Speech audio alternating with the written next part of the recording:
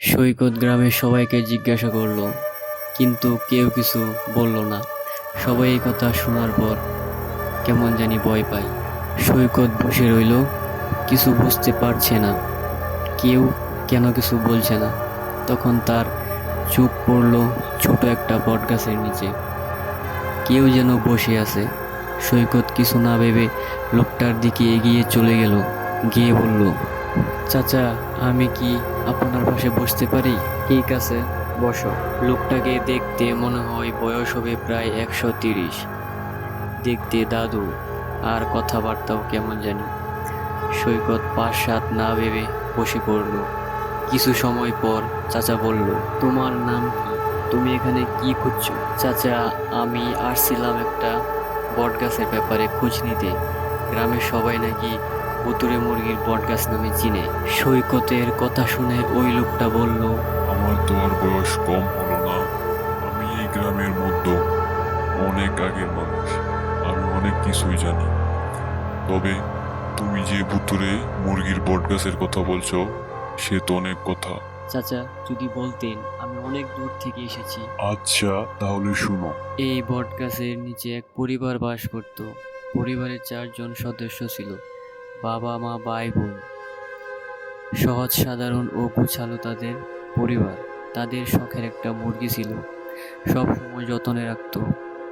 হঠাৎ একদিন জমিনের লোভী ডাকাত দল এসে সবাইকে মেরে ফেললো, আর মুরগিকেও। তাদের যারা যারা মেরেছে প্রতিশোধ নেবার জন্য মুরগি এই গাছে রয়ে গেল আত্মা হয়ে। ডাক শোনা যায় মুরগির। তাই এখন থেকে এটা ভুতুড়ে মুরগির বটগাছ। চাচা, ধন্যবাদ বিষয়টা বলার জন্য। তাহলে ভালো থাকবেন, আমি যাই। কিছু দূর এগিয়ে গিয়ে পকেট থেকে ফোন বের করে তার বন্ধু আলীকে বলল, আলী, তোর পিক আপটা নিয়ে আয়, আমাকে আমার বাড়ি দিয়ে আয়। ওকে, আসতাছি, তুই 10 মিনিট দাঁড়া। আলী চলে এলো। তারা পিক আপে উঠে গাড়ি চালাতে লাগলো। কিছুক্ষণ পর, আলী, আমি ঘুমালাম। ঠিক আছে, ঘুমা। কিছুক্ষণ পর আলী অবাস্তব কিছু অনুভব করতে পারলো। হঠাৎই সব অন্ধকার হয়ে গেল। অন্ধকারে আলীকে সামনে দেখা গেল এক আত্মা, মুরগির মতন দেখতে। সৈকত জেগে উঠল। কিছু বোঝার আগেই আলীর গলায় চেপে ধরলো। আর সৈকত বলল, কে তুমি? মুরগি বলতে লাগলো, তাহলে তুমি সেই ভুতুড়ে মুরগির বটগাছের মুরগি। একটা হাসি দিয়ে আলীকে মাথা মোটকে ফেলে চলে গেল।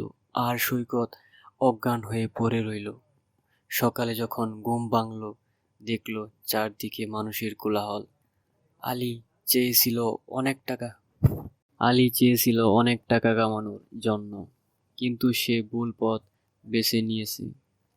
দুনিয়ার মায়ায় পড়ে সে ভুলে গিয়েছিল পাপের, ভালো আর খারাপের মাঝে পার্থক্য। শান্তি কখনো সম্পদে মিলে না।